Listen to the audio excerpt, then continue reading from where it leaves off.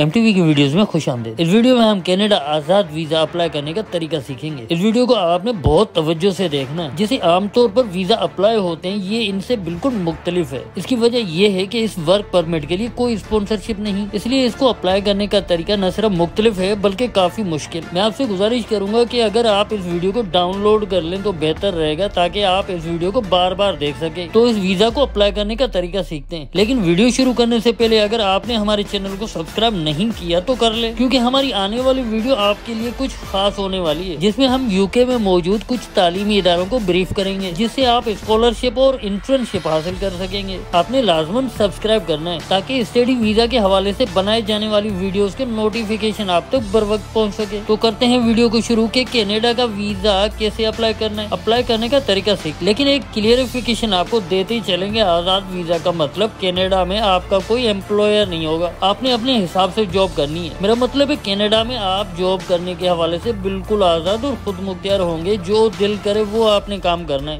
तो जनाब, आपने सबसे पहले अपने मोबाइल से गूगल खोल लेना है। जैसे गूगल आप खोलेंगे तो इस वीडियो की डिस्क्रिप्शन में आपको एक लिंक मिल जाएगी। ये लिंक आपने इसके सर्च बॉक्स में पेस्ट करनी है। आइए जनाब, हम इसमें इसको पेस्ट कर देते हैं। ये पेस्ट करके हमने सर्च पे दबा दिया।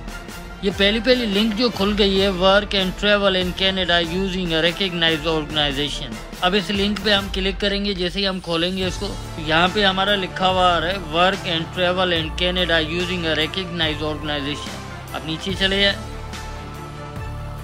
यहाँ पे आपको लिखा हुआ नजर आ रहा है कंट्री और टेरिटरी। हमारी कंट्री जो है पाकिस्तान या इंडिया, वो ग्रुप में नहीं है, उन ग्रुप कंट्रीज में नहीं है जिनको कनाडा डायरेक्ट जो है बुलवा रहा है।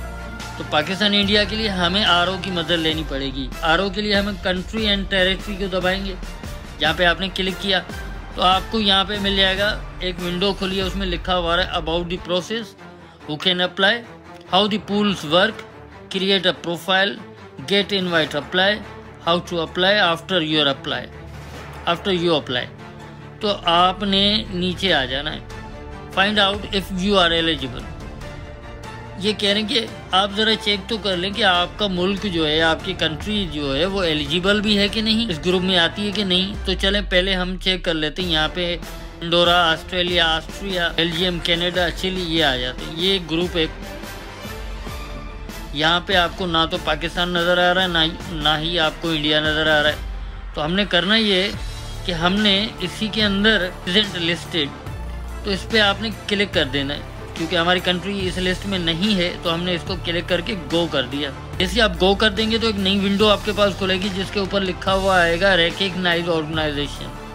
तो आपने रिकॉग्नाइज्ड ऑर्गेनाइजेशन को क्लिक कर देना है। अब आपके पास एक नई विंडो खुली है, उसमें हमें लिस्ट मिल जाएगी आरओज की। ये यहाँ पे देखें कॉर्नर पे उल्टी साइड पे लिखा हुआ है लिस्ट ऑफ आरओज। अब यहाँ पे हमारी पहली जो लिखी हुई आ रही है AIESEC कनाडा। अब इसको थोड़ा सा नीचे कर लें तो यहाँ पे एलिजिबल कौन कौन सी कंट्री है जहाँ से ये लोग बुलवा सकते हैं, जिन कंट्रीज़ के लोग जा सकते हैं, उनमें लिखा हुआ है IE कंट्रीज, यानी ग्रुप ऑफ कंट्रीज जो हैं, इंटरनेशनल एक्सपीरियंस कनाडा कंट्रीज जो हैं वो, और उनकी टेरिटरीज। और फिर आ रहा है ब्राज़ील और इंडिया। यहाँ पे ये देखें इंडिया लिखा हुआ। इसको स्क्रॉल करके हम नीचे ले आते हैं। नीचे जैसे ही आएंगे तो यहाँ पे ये देखें लिखा हुआ आ रहा है यूनिवर्सिटी ऑफ ब्रिटिश कोलंबिया। अब ये दो पूल के लिए, university of British Columbia 2 pool के लिए काम कर रही है, जिसमें यंग प्रोफेशनल्स और इंटरनेशनल कोप शामिल हैं। यंग प्रोफेशनल्स में एम्प्लॉयर शामिल होंगे, जिसमें हम स्पेसिफिक काम कर सकेंगे, जबकि इंटरनेशनल कोप में इंटर्नशिप और एम्प्लॉयर की इजाफी सहूलत मौजूद है। जबकि इस पूल के लिए स्टूडेंट भी कैटेगरी में शामिल हैं, जो कि इजाफी सहूलत मौजूद है।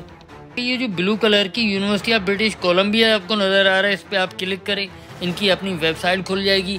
वहाँ पे जाके एक फ़ीस लिखी हुई होगी, वो आपने फ़ीस देनी है उनको, और वो आपको एक लेटर जारी करेंगे, जिसके बाद आप जो है कनाडा का वीज़ा अप्लाई कर सकते हैं। तो यहाँ पे मैं इस लिंक को ओपन नहीं कर रहा, उसकी वजह ये कि मुझे अप्लाई नहीं करना है। आगे का जो प्रोसीजर है, हो सकता है कि आगे चल के हम एक और इस पर वीडियो बनाएं।